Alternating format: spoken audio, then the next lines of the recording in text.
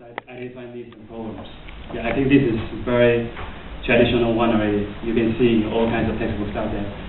So there are 5 steps out there for consumers to buy any product or service. So we try to think about where and how we can integrate social media to every single step. So we start with the first step, identify needs and problems, and the second step, search for solutions.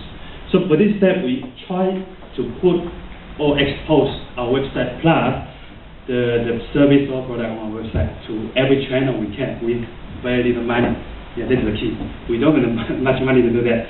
So in the beginning, in the first few months, what we did was, because we are very familiar with where the locals go online, so we actually spend very little money, but a lot of time of all 4 co-founders. Every day we do it like over 16 hours, sitting in front of computers, trying to reach out to all the audience out there. And what we did was to all the local forums plus Facebook in the beginning.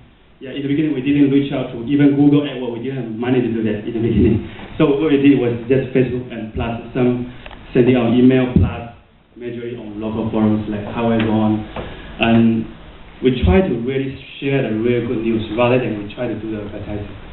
Only when we try the service, the kind of restaurant or spa, and we feel it's very good, we write the kind of experience we really feel and put on the forums and try to get the conversation going. And that was our initial step. But nowadays, because we are doing good business and we are getting revenues, so we have more money to play with. And we have exposure to more channels now. And we are trying to do more and more every day. So what we do is active recommendation and exposure. And we do it genuinely. We don't fake up. We do everything. Because actually, in our company, I think there's one key difference between our company and other similar companies. We have one position, we call it, I think we don't have a name, but this lady, this lady, her job is to try out every single service we're going to put on our site. And she writes a review based on her own experience. And this lady previously was quite an active broker in Singapore. Yeah, we hired her just to do that. This why we are quite different from other deal sites. We try to make ourselves like a TV channel which recommend you the good things in Singapore, and we try it before we recommend to you. Yeah. So let's move on to besides the traditional ways of discovering needs and problems, nowadays we can actually create needs, but we don't create problems. Yeah, we create needs. And when we create the needs, we don't need a second step. Straightforward jump to the next step, the user to consider whether to buy or not. Yeah. Okay, so the next step is evaluate the options. There are quite a lot of options out there. And I believe that the one key thing that made Groupon so successful globally is because of this unbeatable price. And it's so unbeatable that it becomes ridiculous.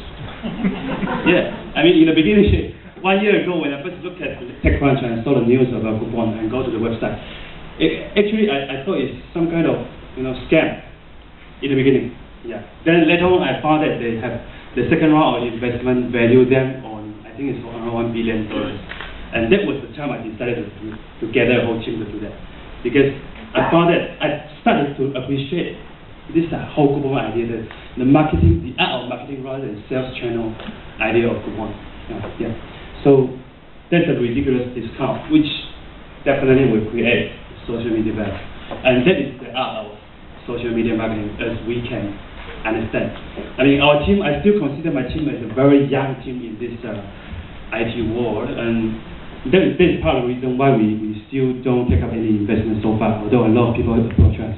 We want to try to keep full control, and I want my team to practice whatever they think, whatever they imagine through this experience.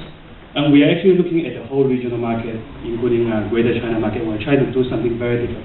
Later on, I will try to explain a little bit. And yeah, we are doing everything to grow ourselves rather than make money. That's another key difference between us and the rest of the deal sites. Okay, so when users evaluate options, they will look at the price. That's the first number one thing they look at when they compare different deal sites. And we try to push the discount to a ridiculous level, even at the expense of we making no money, or maybe very little money out of the deal, featuring the deal, so that we can try to create some kind of social media buzz and maybe users to market for us. Because we don't have the money to spend on Google everywhere. Yeah, that's how we do it. Yeah, so besides the unbeatable discount, there are other things like we try to bring in very famous local brands. We try to differentiate ourselves again, very local. So we bring in very famous but local brands. And we try to monitor the feedbacks. Of course, we don't delay, but we try to guide the conversation towards a very constructive way, rather than just chit-chatting. Yeah. And finally, is the purchase section. That is the part we start to be very generous of rewarding the users, including the way, I think every news site is this, when you invite a friend, you get dollars of credits, or maybe just mail you a check for some deals that they have the money. Yeah. So here we have this encouragement reward sharing action to bring in more users and ask for feedback. I mean, a lot of businesses I approached before, they are very shy to ask for feedback. But nowadays, in this social media world, everyone living on the internet, it's very, very good habit to really ask for feedback. I mean, you consumers, after they try out your service, your product, they are keen to give feedback. And no matter whether it's positive or negative, as long as you monitor it well, it definitely will bring you more benefit in the long run. And we do it through social media. The reason is because every action on social media will trigger a report to their network. And we keep the conversation going on. Try to keep it as long as possible. Something like guys wooing and ladies. So you're trying to get conversation, trying to talk to them, try to bring up something to talk about, so that their friends also know about us. Yeah. So to us, with a very limited budget, is we're trying to integrate social media element to every little part we can. And because it's 2011, so we don't forget these two guys. Yeah. So in response to Groupon's item L, we actually already launched a web app because we had very limited budget. So 1 month ago, we already launched a web app, which is very similar to iPhone app already in terms of user experience. I think a little bit short of it, which we are currently developing a native app. Yeah. And one good thing about web app is it plays the same thing on the iPhone as well as Android. So we don't need to come up with two apps. You can try a little. Okay, so throughout the whole journey, what I learned myself is when you do business, never forget about who is the boss, right? So now we are the boss of the company, but we are not the boss of the whole game. Consumer is the key. And in response to just now the question, how do we sustain the business in the long run? My team believes that in this Groupon model, it should just kickstart the whole gate to this new way of online consumption behavior. And with this very new way of consumption behavior, you can look at 1994 when you first have Yahoo, Craigslist. This is the very beginning stage. We are thinking about everything we can to come up with new product, new innovation, so that users don't need to go anywhere else.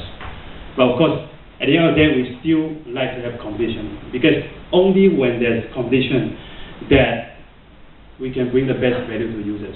Because if you see one day only Groupon remains, you will see the value of the deal go down. Definitely, yes. So we need to stay here to be beneficial to the consumers. So consumer is the key. This is the key. We actually sacrificed quite a lot of things in order to bring the real value to users in the past few months. And we think like a consumer, and we actually try every little deal. And up to now, all the 4 co-founders, we actually try almost, for myself, try more than half of the deals. My COO actually tried every single deal himself, besides that girl we hired to do that, because he liked it. Actually, he liked it.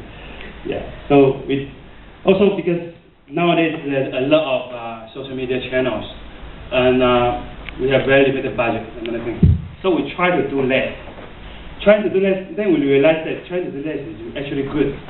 Instead of having put a lot of message and information pushing to users, we try to filter out and do very little, do those very essential ones. And that's why at the current stage we have a team trying to do an intelligent system, which is so-called data mining system.